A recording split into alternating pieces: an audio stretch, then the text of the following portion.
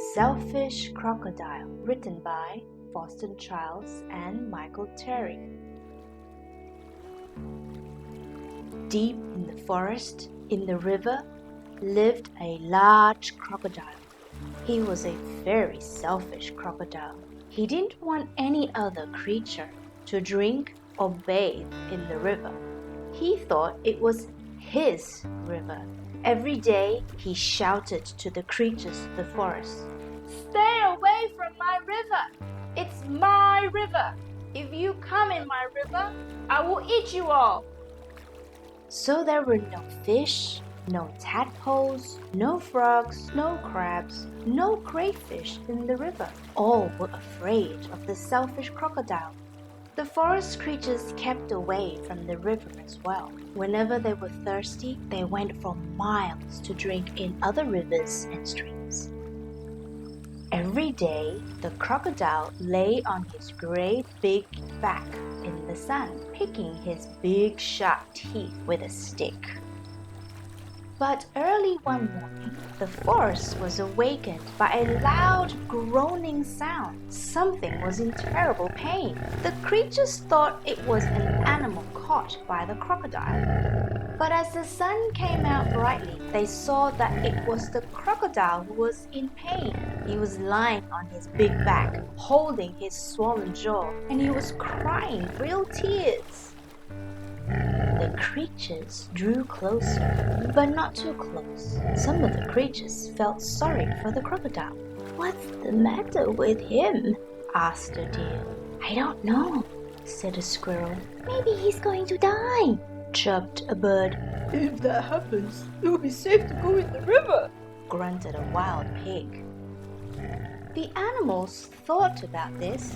They hung from branches, they hung from vines, they buzzed in the air, and they shook their heads as they watched the great big crocodile in pain. No animal tried to help. Suddenly, a little mouse appeared, sniffing the air. He ran along the crocodile's tail, then onto his tummy. The other creatures stared. "Look at that mouse!" chattered a monkey. "He's either very brave or mad. He's going to be eaten for sure," said an iguana. The mouse crept along the crocodile's big neck and into his open mouth. There was a hush in the forest. The mouse got hold of something and pulled and pulled and pulled. Then he put it on his shoulder and walked out the crocodile's mouth. There was a loud cheer from the astonished creatures. The crocodile sat up and said, "I don't feel any more pain. It's all gone." Then he saw the mouse walking down his tummy, carrying an enormous crocodile tooth on his shoulder. "Your bad tooth was giving you the toothache," answered the mouse, turning around to face the now smiling crocodile. "Do you want it back?" "Oh, no. Get rid of it. And when you've done that, come back. I'll have a present for you." The mouse went and buried the bad tooth under a tree, and when he returned, the crocodile had a nice juicy nut waiting for him. As the crocodile watched the mouse eating the nut, he said to him, "You were very clever getting rid of my toothache, and kind too.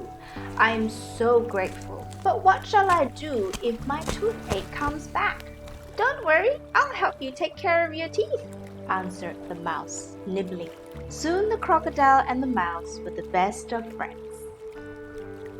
And one day the crocodile sent all the animals an invitation. "Please come to drink and bathe in the river. I won't hurt you. The river belongs to us all," he said. The creatures weren't afraid to drink and bathe in the river anymore. Although the crocodile was sometimes snappy, they grew to love him. And soon the river was full of fish and tadpoles and crabs and crayfish.